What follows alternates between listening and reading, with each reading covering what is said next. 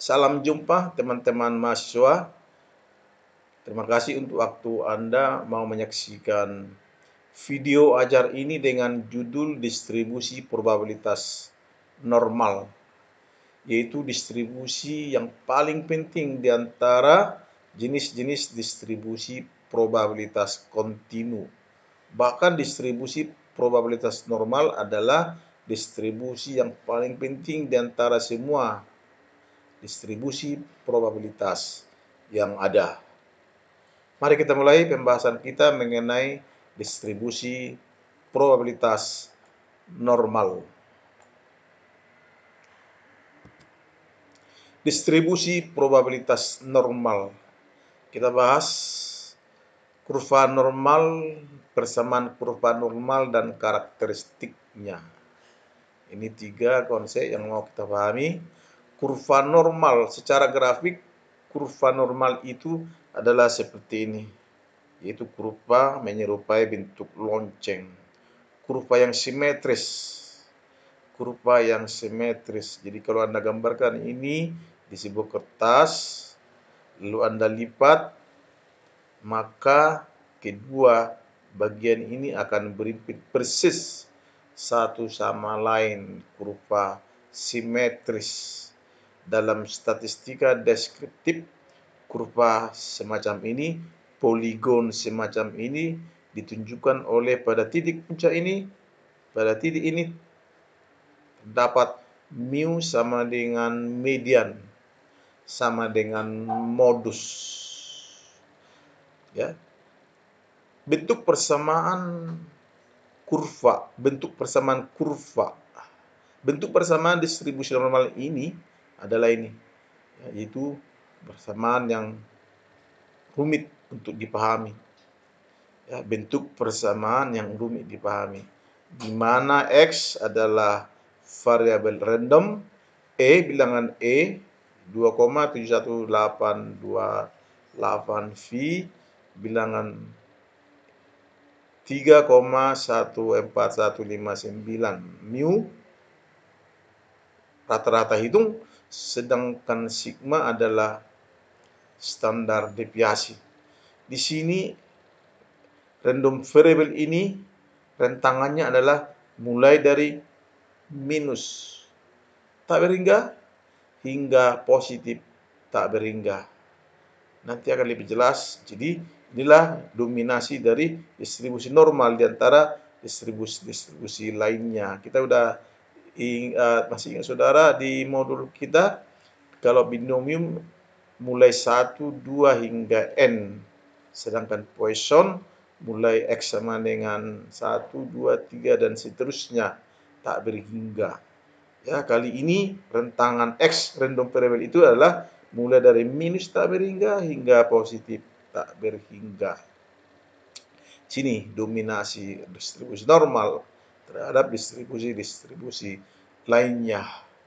Contoh-contoh variabel random ini yang kurvanya simetris menyerupai bentuk lonceng, macam-macam, antara lain AQ dari orang-orang dewasa yang dipilih random atau acak, tinggi badan wanita-wanita dewasa yang dipilih random, berat badan bayi yang baru dilahirkan dipilih random, kadar kolesterol darah dari orang-orang yang dipilih random. Banyak dalam dunia nyata, ya, di mana skor-skor atau angka-angka, ya, mengikuti distribusi normal. Artinya kalau dibuat grafiknya, maka poligonnya seperti ini, yang disebut sebagai kurva normal, seperti bentuk lonceng. Tentu didasarkan pada bentuk persamaan ini, berbagai bentuk kurva normal tergantung pada parameter rata-rata hitung mu dan parameter sigma ini, mu dan sigma ini. Ya. Jadi kurva ini macam-macam tergantung pada besaran-besaran mu dan sigma dalam persamaan ini. Sebagai contoh, misalnya ada 2 distribusi di mana rata-rata hitungnya berbeda. ya, sedangkan standar deviasinya sama. Maka bentuk kurva yang dimaksud adalah seperti ini, saudara lihat ini. Ini dalam arti mu2 lebih besar daripada mu1, sedangkan standar deviasinya adalah sama satu sama lain. Secara grafik, standar deviasi itu ditunjukkan oleh lebarnya kurva ini. Sama. Bisa juga, ya, bisa juga mu-nya rata-rata hitungnya sama. Ada dua distribusi misalnya. Rata-rata hitungnya sama, sedangkan standar deviasinya berbeda. Maka kurvanya menjadi seperti ini. Jadi banyak bentuk kurva normal tergantung kepada parameter mu dan parameter sigma. Rata-rata hitung dan standar deviasi. Tapi dalam statistika kita kenal apa yang disebut dengan distribusi normal standar, di mana parameter mu diandikan 0, sedangkan parameter standar deviasi sama dengan 1, ya, sama dengan 1. Di sini kita kenal, dalam hal ini kita mengenal distribusi normal standar untuk dibedakan tadi dengan non standar di atas tadi. Untuk menstandardisir atau membakukan variabel X random variable ini menjadi variabel baku Z, dipakai rumus ini. Z sama dengan X kurang mu per sigma. X sama dengan X kurang mu per sigma. Jadi kalau mu ini angka tertentu, kalau ini distandardisir dia menjadi 0. Sedangkan standar deviasi sama dengan 1. Demikian distribusi normal standar. Bentuk kalau kita menghadapi kurva normal standar demikian, tentu bentuk persamaannya tentu berubah. Ya, betul berubah dengan cara memasukkan mu sama dengan 0 dan sigma sama dengan 1 ke dalam persamaan ini. Kita masukkan, maka sigma sama dengan mu sama dengan 0, sigma sama dengan 1. Mari kita masukkan, hasilnya adalah ini. Ya, jadi probabilitas random variable Z sama dengan dan seterusnya. Di sini random variable menjadi Z, bukan X lagi. Ya, rentangannya mulai dari minus tak berhingga hingga positif tak berhingga. Untuk selanjutnya ini yang kita pakai, ya, distribusi normal standar secara grafis ditunjukkan oleh ini. Ya, kita ulang ini, maka gambarnya seperti ini. Katakanlah ada random variable Z1, random variable Z2. Maka yang mau dijawab oleh distribusi probabilitas normal adalah berapa probabilitas random variable Z antara Z1 dengan Z2 secara grafis. Itu sama saja dengan menghitung luas daerah ini yang diarsir ini. Bagaimana menghitungnya? Ada teknik matematik tersedia untuk menghitung ini, yaitu dengan memakai teknik integral fungsi. Jadi integral fungsi tadi, normal standar tadi, kita masukkan dengan limit atas Z2, limit bawah Z1. Demikian kita hitung. Tapi jelas sangat sulit untuk menyelesaikan hitungan probabilitas dengan memakai teknik integral ini. Ada jalan keluarnya, yaitu ya, para ahli sudah menyediakan apa yang disebut dengan tabel kurva normal standar. Jadi luas daerah ini akan kita tentukan dengan melihat kurva apa yang disebut dengan kurva normal standar, akan jelas dalam uraian selanjutnya nanti. Jadi perlu kita tahu di sini, ya, secara area luas daerah ini semuanya adalah tentu sama dengan 100%. Ya, probabilitasnya sama dengan 1. Ya, tentu karena ini simetri, Berarti per bagian luasnya sama. Ini luasnya areanya adalah 0,5. Sama dengan ini. Luasnya adalah 0,5. Sekali lagi, kita tak akan pernah memakai teknik kalkulus matematika ini untuk menghitung luas daerah di bawah kurva ini. Jadi, gantinya adalah kita memakai tabel kurva normal standar yang biasanya selalu tersedia di cover belakang buku-buku statistika. Akan kita sajikan nanti tabel dimaksud. Sekarang kita masuk ke soal dan jawaban. Ini video adalah video tentang simpunan soal dan jawaban serupa dengan video kita tentang binomium dan Poisson sebagai video yang isinya soal-soal dan jawaban-jawaban. Tentang soal dan jawaban distribusi normal ada dua format pertanyaan yang mau kita hadapi. Ada dua corak pertanyaan yang kita hadapi. Corak pertama adalah ini, menghitung probabilitas dengan skor Z diketahui. Akan lebih jelas dengan ilustrasi ini. Soal 1, nilai-nilai hasil ujian statistika kelas tertentu mengikuti distribusi normal dengan nilai rata-rata hitung 70 dan standar deviasi 10. Seorang mahasiswa dipanggil random. A. Berapa probabilitas bahwa mahasiswa yang dipanggil itu memperoleh nilai antara 60 dengan 75. Antara 65 dengan 85. Antara 75 dan 85. D. Berapa persen mahasiswa yang memperoleh nilai sekurang-kurangnya 75. Ya. Berapa persen? Dengan lain kata, berapa probabilitas? Ya. Sama. Berapa probabilitas atau berapa persen mahasiswa memperoleh kurang dari 60. Mari kita jawab soal ini. Ya, formatnya diketahui mu sama dengan 70 dan standar deviasi sama dengan 10. Sesuai bunyi pertanyaan ini, pertanyaan-pertanyaan ini dinotasikan sebagai berikut ini.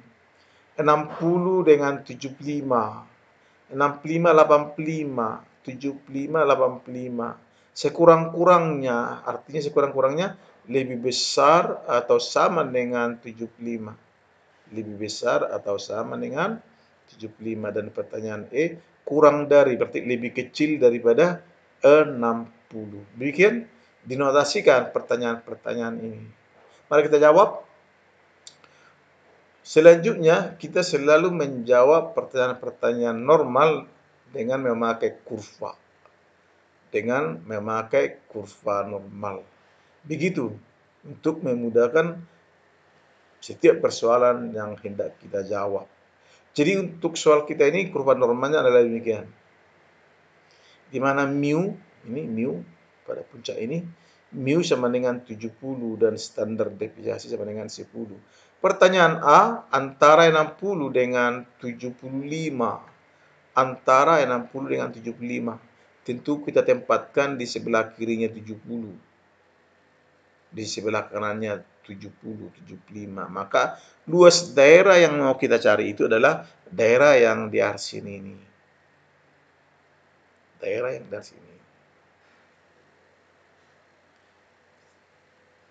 Ini kita tidak jawab dengan teknik integral tadi. Walaupun bisa dicari dengan teknik integral, tapi sulit. Ya, pekerjaan yang sulit untuk dilakukan. Jadi gantinya kita memakai tabel kurva normal standar. Caranya seperti sudah diuraikan tadi. Mari kita bakukan, kita standar di sini ini. X menjadi Z.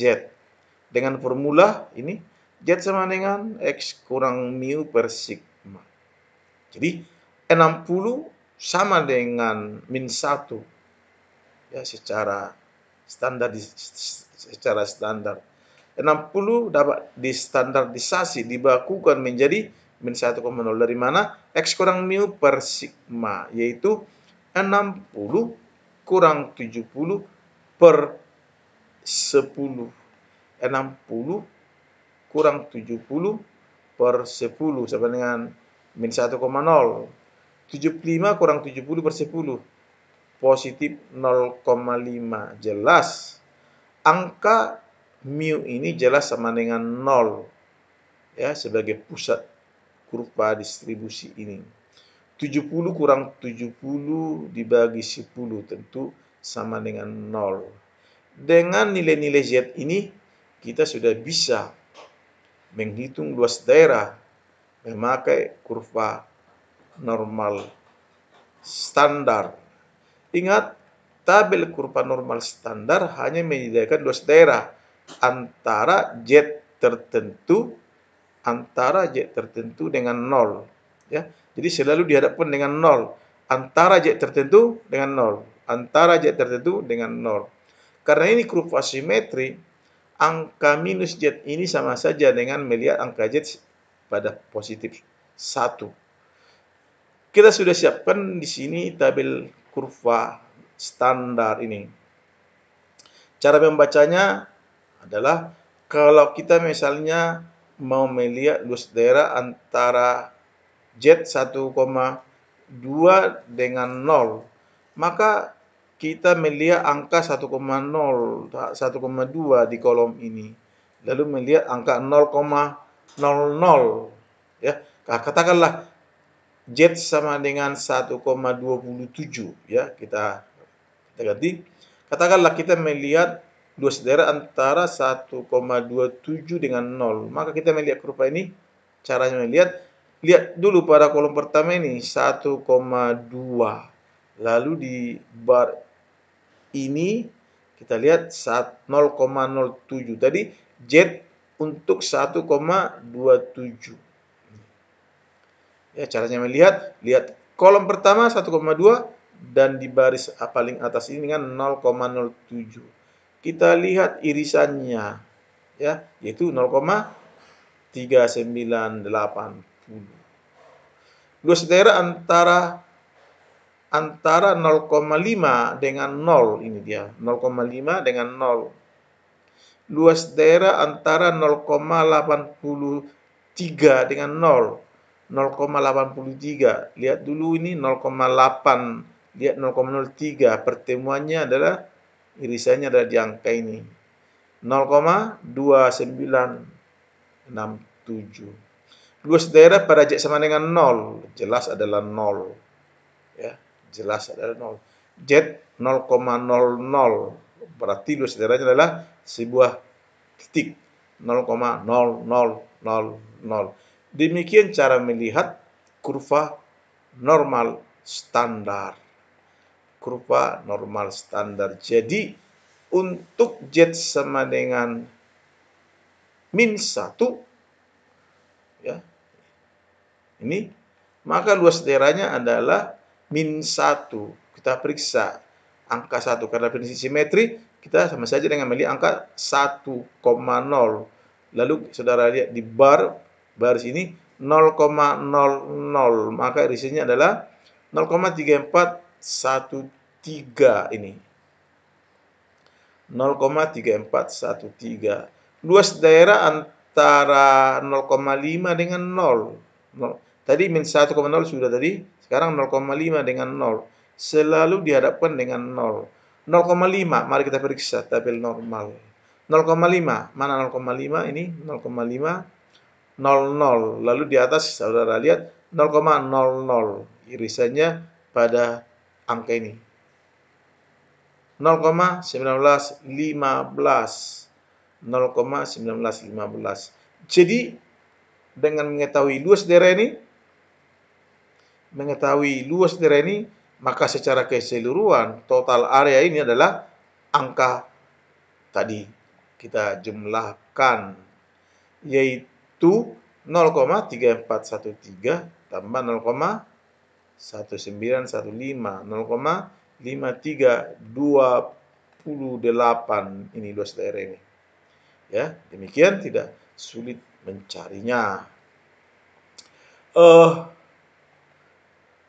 Untuk selanjutnya, untuk ini probabilitas variabel random antara 65 dengan 85. Mari kita tempatkan angka-angka ini 65 dengan 85. 65 dengan 85. Di video ini Anda sebaiknya mengerjakan sendiri, kita tidak tunjukkan. Tapi untuk C, 75 dengan 85. Mari kita tempatkan di mana angka 75, di mana angka 85. Ini sendiri adalah 70. Tentu di kanannya 75 dengan 85. Maka luas daerah yang hendak dicari itu adalah ini. Bagaimana mengetahui luas daerah ini? Sekali lagi, tidak menempuh teknik matematik integral fungsi untuk menghitung luas daerah ini. Kita memanfaatkan tabel kurva normal standar. Caranya, kita bakukan dulu angka-angka ini. 75 menjadi positif 0,5. 85 menjadi positif 1,5 dengan formula ini.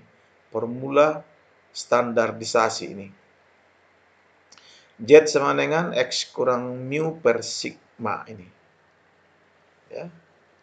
0,5 dengan 1,5 ini dia. Jadi, luas daerah yang kita cari itu adalah, ya, kalau kita sudah bisa mencari luas daerah ini, kita dari tabel normal standar tentunya, kita dapat mengetahui dari kurva normal standar daerah ini. Maka si daerah diarsir ini dapat dicari dengan mengurangkan luas daerah ini terhadap luas daerah ini. Sisanya adalah area yang diarsir ini. Luas daerah antara 0,5 dengan 0. Mari kita periksa di tabel. Luas daerah antara 1,5 dengan 0. Ingat, selalu dikonvertasikan dengan 0. 0,5 dengan 0, 1,5 0. Kita sudah hitung di sini antara 0,5 dengan 0, 0,1915. Antara 1,5 dengan 0, 0,4332. Berarti luas daerah itu adalah 0,4332 kurang 0,1915. Ini teman-teman 0,2417. Jadi ini jawabannya. Probabilitas random variable X lebih kecil dari 75, tapi lebih besar dari 85 dari ini. Dengan bentuan kurva normal tadi. Pertanyaan D, lebih besar atau sama dengan 75. Kita plotting ini ke grafik kita, ini sendiri angka tengah ini 70. Tentu di sebelah kanannya 75. Yang diminta adalah lebih besar atau sama dengan, tentu luas daerah ini. Bagaimana kita menghitung luas daerah ini? Memakai tabel normal standar. Normal standar menyediakan luas daerah ini antara 75 dengan 70. Memakai variabel standar antara 0,5 dengan 0. 0,5 sendiri dihitung dengan ini. 75 kurang 70 per 10 sama dengan positif 0,5. Jadi sekali lagi, tabel normal memberikan jawaban luas daerah ini antara positif 0,5 dengan 0. Antara positif 0,5 dengan 0. Selalu dihadapkan dengan 0. Kalau ini kita sudah tahu. Ini kita sudah tahu. Ini sendiri kita tahu luasnya 0,5. Ingat prinsip simetri. Dengan tahu kita ini, sementara ini 0,5, maka kita tentu dapat menghitung luas daerah ini. Dengan mengurangkan angka ini, luas daerah ini kepada 0,5. Demikian. Jadi jawabnya adalah 0,3085. Ya, 30,85% ini. Ya, 30,8%. Terakhir, lebih kecil daripada 60. Mari kita tempatkan 60 di kurva kita. Ini sendiri 70, tentu di kirinya 60. Yang diminta lebih kecil. Tentu luas daerah ini. Caranya, standarisasi dulu angka-angka ini. 70 jelas menjadi 0. 60 dengan menjadi min 1. Dari mana itu? 60 kurang 70 per 10 min 1. Jadi, luas daerah yang kita cari itu adalah ini. Caranya, tahu dulu kita luas daerah ini. Dari tabel normal standar tentunya. Sedangkan ini sendiri adalah 0,5. maka luas daerah ini dapat dicari, yaitu 0,5 kurang luas daerah ini. Itulah yang kita tuliskan di sini. Jadi 0,5 kurang 0,3413 sama dengan 0,1587. Probabilitas untuk X lebih kecil daripada 60. Demikian perhitungan probabilitas distribusi dalam distribusi normal standar. Ya. Corak soal yang lain ya, yang kedua yaitu menghitung skor Z dengan probabilitas diketahui. Dapat kita tambahkan di sini contoh-contoh lain tentunya dapat dibuat ya. Ya, hasilnya caranya sama saja dengan yang barusan kita bahas. Kita tidak memperpanjang persoalan ini ya untuk soal yang kedua, ketiga dan seterusnya misalnya. Nanti di lain soal kita dapat lihat itu. Jadi hanya satu soal untuk corak soal ini. Untuk corak soal B, mari kita lihat seperti apa perhitungan probabilitas.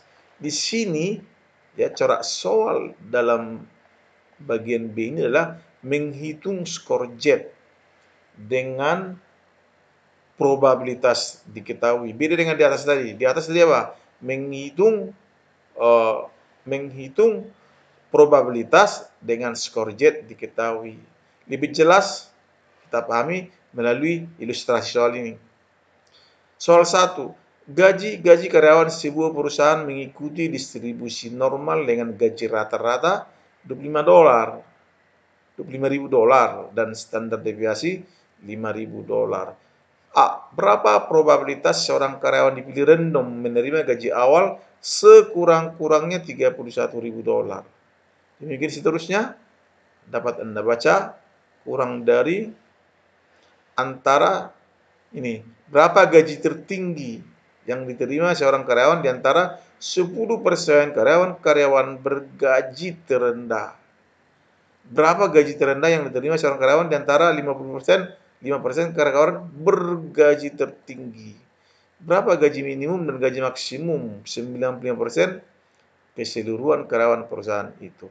Pertanyaan A dan B sama dengan pertanyaan di atas bagian A. Ya, bagian pertanyaan A dan B ini adalah kasus di mana kita menghitung probabilitas dengan skor Z diketahui. Kali ini untuk pertanyaan C, D, dan E kita menghitung skor Z ini. Kita menghitung skor Z sementara probabilitasnya diketahui. Lebih jelas dengan ilustrasi soal ini. Mari kita jawab. Untuk A dan B, untuk Anda kerjakan sendiri karena sama dengan corak soal di atas tadi.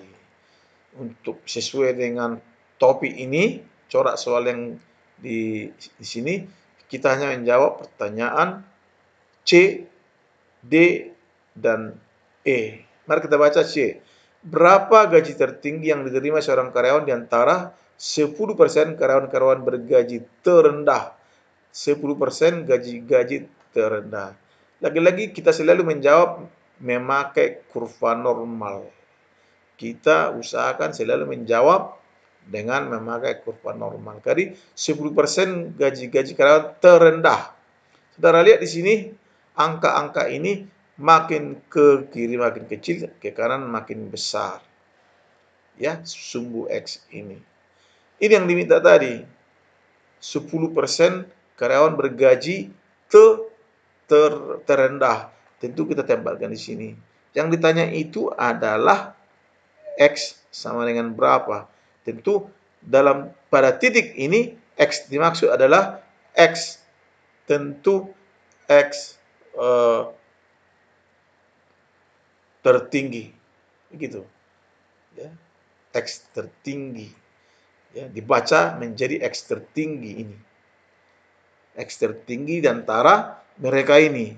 10% karyawan bergaji terendah. Bagaimana kita menghitung X sama dengan ini?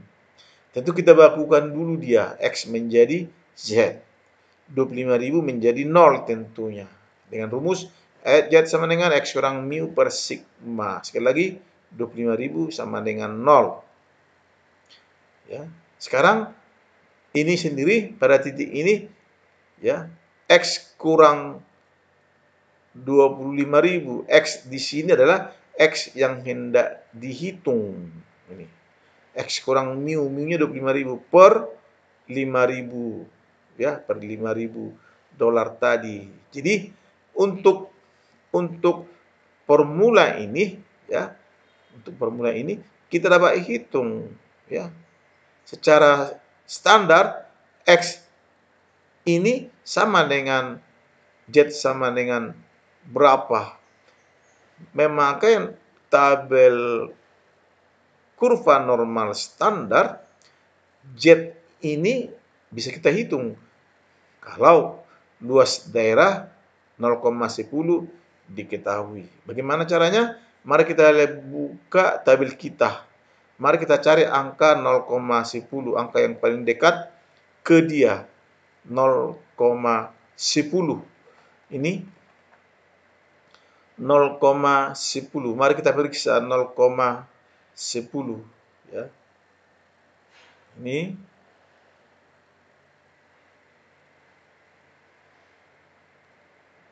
yang paling dekat, ya, yang paling dekat. Ini 1, yang paling dekat, coba kita periksa dulu. Yang paling dekat, ya, ini 1,28.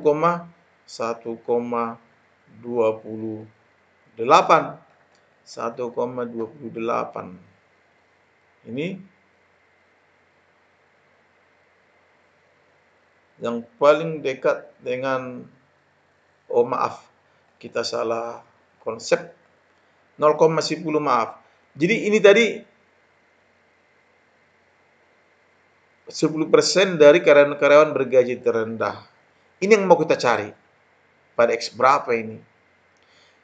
Tentu kita bisa cari ini, kita nggak bisa cari langsung dari tabel kurva normal standar. Tapi karena kita tahu prinsip kesimetrian, kalau ini 0,10, supaya kita bisa memanfaatkan tabel kurva normal standar. Kalau ini 0,10, tentu ini 0,40 dari mana? Karena ini luas daerahnya adalah 0,5. Jadi area yang tersisa ini 0,5 kurang 0,10 sama dengan 0,40. Adanya angka ini bisa kita tahu berapa Z di sini. Ya. Caranya, mari kita periksa angka yang paling dekat dengan 0,4 dari kurva normal standar. 0,4 ini kah? Nah, masih jauh. Selisihnya 20 satuan. Ini selisihnya sejauh 3 satuan ini. Ini tidak sejauh 15 satuan. Jadi tidak memilih ini, tidak memilih ini. Kita pilih nih. Dengan jauh paling kecil, paling dekat 3 satuan. Ini angka ini terjadi pada Z sama dengan berapa? Ini 1,28. 1,28. Begitu melihatnya. Jadi 1,28 ini sendiri Z-nya. X yang mau dicari. Mu diketahui, sigma diketahui. Dengan melakukan perkalian bersilang, kita hitung, bla bla bla, maka kita peroleh X sama dengan 18.600. Jadi, gaji tertinggi diterima seorang karyawan di antara 10% karyawan-karyawan bergaji terendah adalah 18.600 dolar. Begitu. Pertanyaan lain. Tadi pertanyaannya apa ini? Berapa gaji terendah yang diterima seorang karyawan di antara 5% karyawan-karyawan bergaji tertinggi. Tertinggi. Tentu kita menempatkan 5% di sebelah kanan. Ini sendiri. Di sebelah kanan ini. 5%. Maka X dalam hal ini menjadi X terendah di antara 5% karyawan-karyawan bergaji tertinggi. Berapa ini? Bisa kita hitung memanfaatkan tabel kurva normal standar. Caranya bakukan dulu ini, 25.000 menjadi 0. X menjadi Z. Berapa Z-nya? Ini sendiri 0,05, maka sisanya 0,45. Berapa Z dengan area 0,45? Mari kita periksa tabel kurva normal standar. 0,45. 0,45. Oh, tabel kita di atas tadi 0,45. Ini sendiri, pilih ini sejauh 5 satuan. Pilih ini sama sejauh 5 satuan, tentu tidak dengan ini, ya lebih jauh. Maka ada dua Z-nya, yaitu Z pada 1,64 dan pada Z sama dengan 1,65. Jadi yang mana kita pilih? Tentu kita rata-ratakan. 1,64 tambah 1,65 dibagi 2. Ini teman-teman hasilnya. 1,645. Masukkan ke rumus. 1,645 sama dengan X yang hendak dicari. Kurang 25.000 per 5.000. Bla bla bla. Kita hitung. Hasilnya adalah 33.225. Maka gaji terendah yang diterima seorang karyawan di antara 5%, karyawan-karyawan bergaji tinggi adalah 33.325 dolar. Di sini kata terendah, ya sesuai dengan bacaan kita di graf ini. Jadi kalau yang mau dicari itu adalah ini, maka X di sini adalah X paling rendah, X minimum dengan kata lain, ya, X minimum dengan kata lain. Ini dia gaji terendah. Pertanyaan C, berapa gaji minimum, gaji maksimum dari tadi? Soalnya adalah dari apa? Dari 95%. Ini keseluruhan karyawan 95%. Di mana area 95% itu sendiri? Mari kita bahas. Ini kita tahu ini semuanya 100%. Karena ini simetri perbagian, dia adalah ini 0,5, separuh 0,5. Diminta adalah 0,95. Tentu ya, tidak memilih separuh ini. Karena ini hanya 0,5. Jadi kita pakai kedua daerah ini, menetapkan 0,95. Andai kala yang kita tetapkan itu adalah angka ini sendiri. Ini 90%. Tentu sisanya 5% lagi. Kali ini karena ini simetri, kurva simetri, maka sisanya karena ini 95%, berarti sisanya 0,05 atau 5%. Karena ini simetri, penetapan dua titik ini, maka perbagian ini adalah 0,5 dibagi 2. 0,025 sama 0,5 dibagi 2, 0,025. Bagaimana kita menghitung dua saudara semacam ini? Kita bisa memanfaatkan tabel kurva normal standar. Tadi kita katakan, perbagian ini, per area ini 0,5. Ini sendiri adalah 0,025. Maka sisanya adalah 0,475 sama. Dengan dua daerah ini, kita sudah dapat menghitung berapa titik terendah ini. A sama dengan berapa? Berapa gaji maksimum ini? Atau B sama dengan berapa? Ya, inilah manfaat memakai kurva, selalu memakai kurva. Mari kita bakukan kurva ini menjadi kurva normal standar dari X menjadi Z. 25.000 jelas menjadi 0. Angka ini B sama dengan berapa? Sama dengan menanyakan Z pada sama dengan berapa. Berapa Z di sini tentunya dapat dihitung karena kita tahu dua daerah ini. Ingat, tabel kurva normal standar menyediakan dua daerah antara Z sekian dengan 0. antara Z sekian dengan 0. Mari kita hitung, mari kita cari luas pada Z berapa area atau luas daerah atau probabilitas sama dengan 0,475. Ya, 0,475. Mari kita periksa 0,475. Ada persis 0,475. Pada Z sama dengan berapa? 1,96. 1,96. 1,96. Ini dia. Jadi kita masukkan, karena ini di kiri 0, tentu Z di sini adalah minus. Ya, ini 0 ya. Di kirinya berarti minus, di kanannya positif. Jadi di kirinya 0, berarti minus 1,96. Sama dengan A yang mau dicari. Kurang 25.000 per 5.000. Ya, dihitung, bla bla bla. Kita hitung dapatkan A sama dengan ini, $15.200. Jadi gaji minimum dari 95% keseluruhan karyawan adalah $15.200.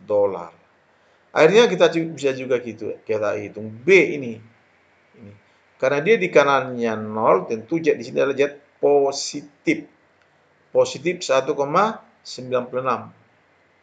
Sama dengan B yang mau dicari minus 25.000 per 5.000. Ya, perkalian bersilang, aljabar angka-angka, maka kita peroleh B sama dengan 34.800. Jadi gaji maksimum 95% keseluruhan karyawan adalah $34.800.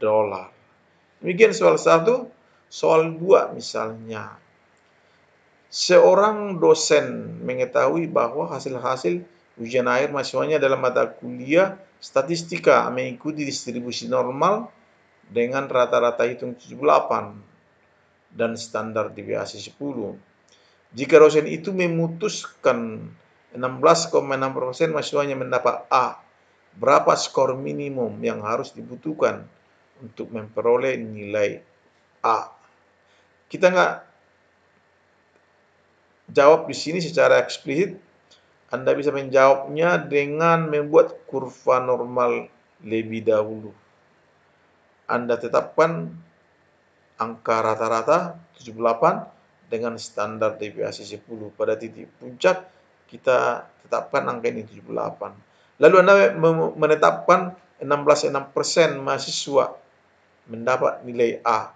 Nilai A berarti angka-angka itu ke kanan. Jadi Anda ambil sebesar 16,6% di kurva ini. 16,6%. Baru pertanyaan adalah A sama dengan berapa tentunya.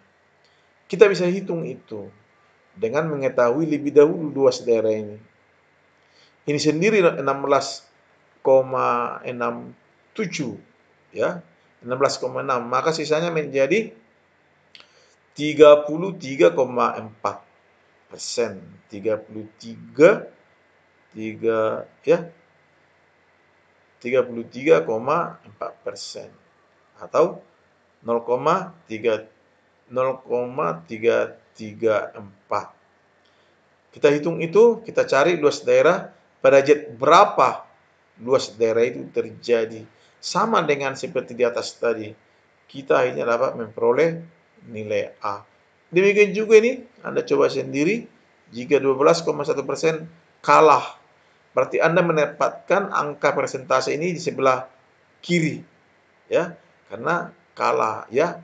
Dan D, ingat, makin ke kanan angka-angka itu makin besar, makin ke kiri makin rendah. Jadi menempatkan 12,1% tentu di sebelah kiri kurva seluas 12,1%. Lalu Anda hitung dengan cara yang tadi, ya, sisanya 0,5 kurang 0,121. Demikian seterusnya.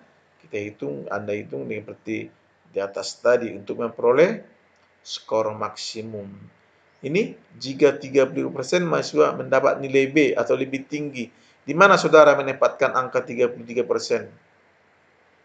tentu Anda mendapatkannya di sebelah kanan seluas 0,33. Lagi Anda coba hitung serupa dengan cara yang di atas tadi. Contoh satu di atas tadi cukup ilustratif untuk menjawab pertanyaan 2 ini. Jadi 0,33 paling kanan saudara tetapkan seluas 0,33. Lalu Anda cari sisanya 0,5 kurang 0,33. Dari situ saudara bisa memperoleh nilai Z dari tabel kurva normal standar. Lalu Anda bisa hitung ini skor minimum. Persis sama dengan soal 1 di atas. Demikian juga soal 3. Ya, sama angka-angkanya yang kita bedakan. Seorang dosen mengetahui bahwa hasil ujian mahasiswanya berdistribusi normal rata-rata itu 74, standar deviasi 10. Ya, hitung probabilitas. Berapa probabilitas? Pertanyaan A dan B ini menjawab pertanyaan corak pertanyaan A di atas tadi. Di sini kita menghitung probabilitas. Jadi kalau rata-rata 74 di tengah di puncaknya kurva, maka Anda mendapatkan 65 di sebelah kirinya tentunya. Sebelah kirinya. Demikian juga ini B, 89 dengan 92 tentu di sebelah kanannya 74. Lalu Anda mencari luas daerahnya. Kita tidak menjawabnya langsung di sini. Ya, soal-soal di atas tadi cukup ilustratif untuk saudara bisa menjawab soal 3 ini. 89 dengan 92 di kanannya rata-rata itu 74. Lalu pertanyaan corak B ini C, D, dan E. Jika dosen itu memutuskan 63% mahasiswanya mendapat nilai A, berapa skor atau nilai minimum harus dibutuhkan untuk memperoleh nilai A? Tentu saja Anda mendapatkan 6,3% ini sebagai area di sebelah kanan tentunya. Di sebelah kanan titik tengah, ya, titik puncak sebesar 0,063. Serupa dengan tadi, silakan Anda coba soal 1 tadi. Demikian juga ini nilai E. Anda tahu nilai E, tentu angka-angka yang lebih kecil lagi sebesar 2,5%. Jadi Anda tetapkan daerah seluas 0,025.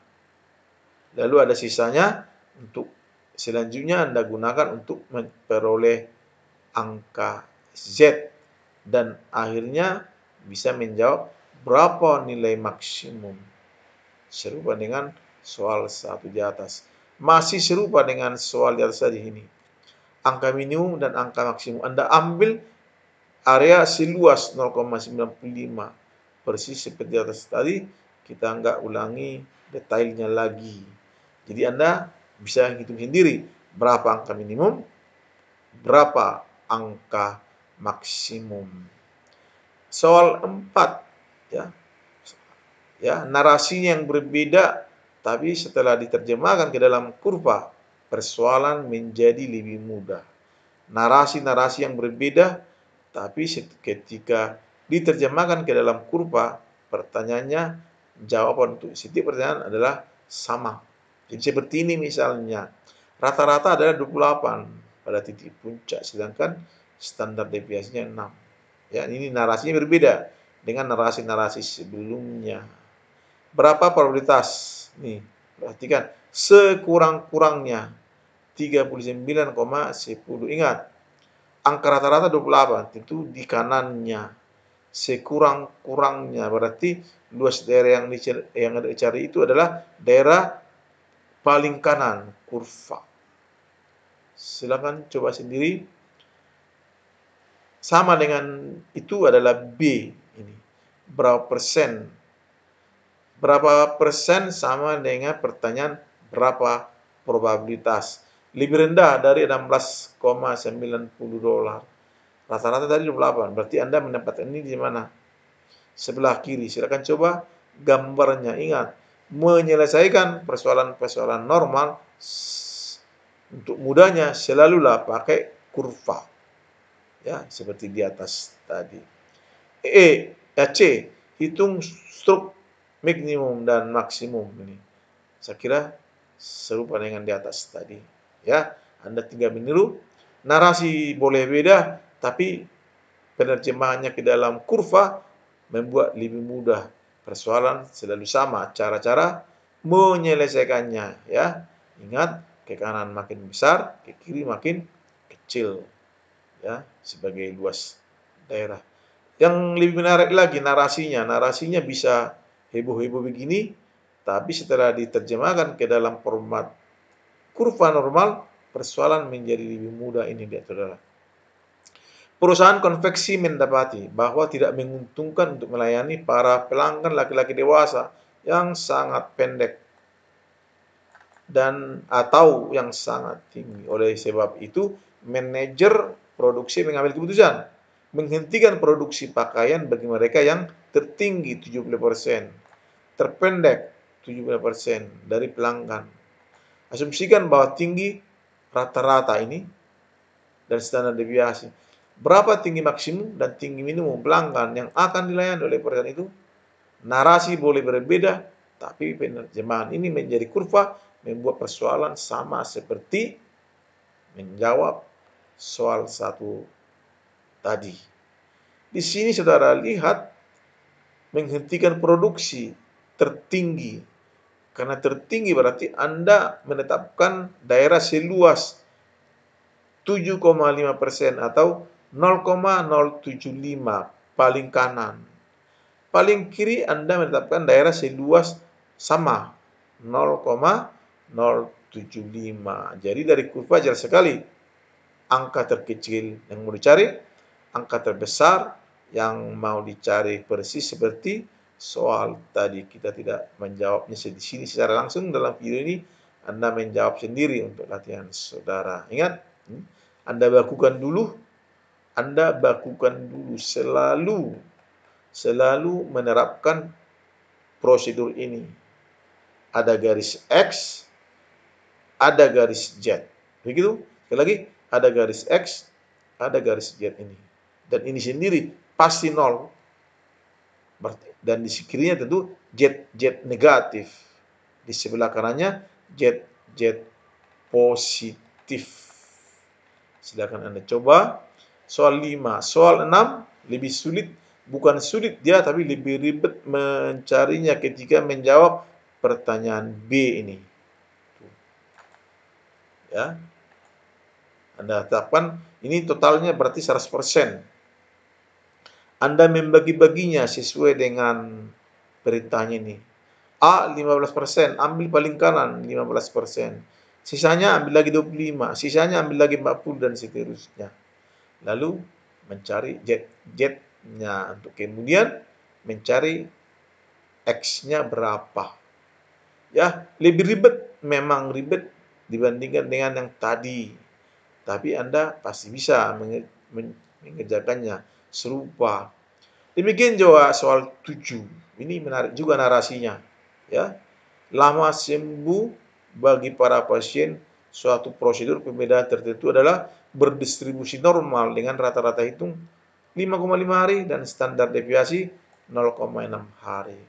Cari probabilitas bahwa lama sembuh seorang pasien akan berlangsung antara 4 dengan 6 hari. Ini pertanyaan A dapat dijawab. Di sini angka rata-rata 5,5. Tentu Anda menetapkan di kurva. Di sebelah kirinya ini tentunya 4 dan di sebelah kanannya 6. Lalu saudara arsir luas daerah yang mau dicari. Ini corak pertanyaan A. Ya, beda dengan itu corak pertanyaan bagian B ini. Berapa hari jika 8% dari pasien-pasien itu akan sembuh paling cepat. Akan sembuh paling cepat. Di mana saudara tempatkan ini? Di sebelah kiri kurva normal atau di sebelah kanan kurva normal? Ya, paling cepat, ya, paling cepat berarti Anda menempatkan di sebelah, ya, garis X. paling cepat berarti Anda menempatkan di sebelah kiri ya, di sebelah kiri kurva seluas 8% ya, paling cepat. Sedangkan paling lambat 12% seluas 12%, tentu di sebelah kanan ya, di sebelah kanan kurva. Kalau Anda sudah mendapatkan 12% sebelah kanan, paling ujung di kiri 8%, tentu Anda bisa memperoleh jet-nya. Cari dulu area sisa areanya, lalu kemudian Anda memakai tabel kurva normal standar. Sama, narasi boleh macam-macam, tapi ketika penerjemahan dilakukan dalam grafik penyelesaian menjadi sama, menjadi lebih mudah tentunya. Ya, itu soal 7. Ada lagi soal 8 sebagai soal terakhir.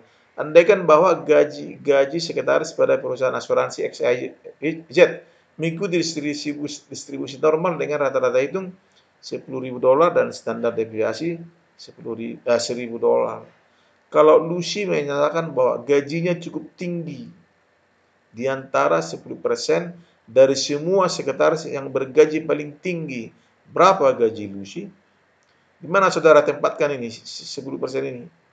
Ya, saudara lihat narasi pertanyaannya, menyatakan bahwa gajinya cukup tinggi di antara 10% dari semua sekretaris bergaji paling tinggi. Tentu Anda mendapatkan di sebelah kanan seluas 10%. Seluas 10%. Lalu cari sisanya, lalu Anda memakai tabel normal standar untuk mencari jet-nya. Kemudian menghitung gaji Lucy. Ya. Anda menghitung gaji Lucy dalam hal ini. Menarik lagi, pertanyaan B, berapa gaji Vita kalau ia menyatakan bahwa gajinya itu begitu rendah sehingga 70% dari semua sekretaris yang digaji lebih tinggi daripada gajinya. Ya, 75%. Berapa gaji Vita kalau ia menyatakan bahwa gajinya begitu rendah?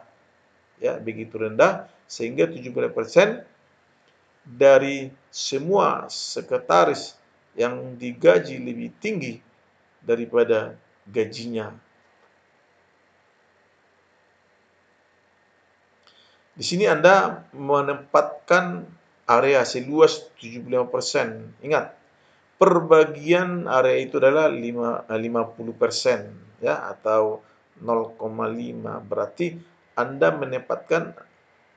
menempatkan daerah seluas 75% ya. 75% ini yang digaji lebih tinggi. Tentu kalau ini kurva normal, ini Anda mendapatkan di sebelah kiri ya, di sebelah kiri kurva ya, di sebelah kurva. Jadi sehingga titik pada sebelah kiri itu menjadi gaji Vita sebagai gajinya yang lebih rendah daripada 75% sekretaris yang digaji lebih tinggi. Kita yang sengaja tidak menjawab soal-soal ini, saya serahkan kepada Anda sendiri untuk berpikir sendiri, mengikuti alur pikiran contoh soal 1 di atas tadi.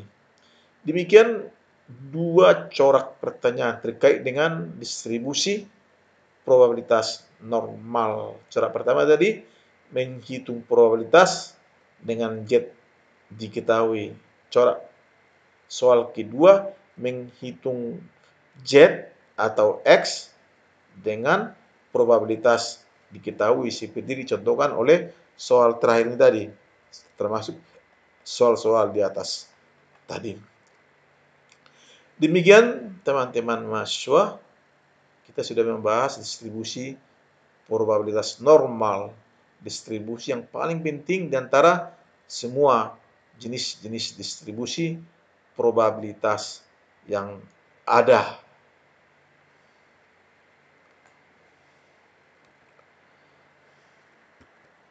Demikian teman-teman mahasiswa, terima kasih Anda sudah menyaksikan video ajar ini.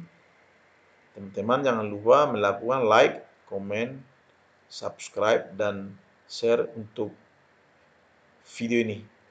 Sampai jumpa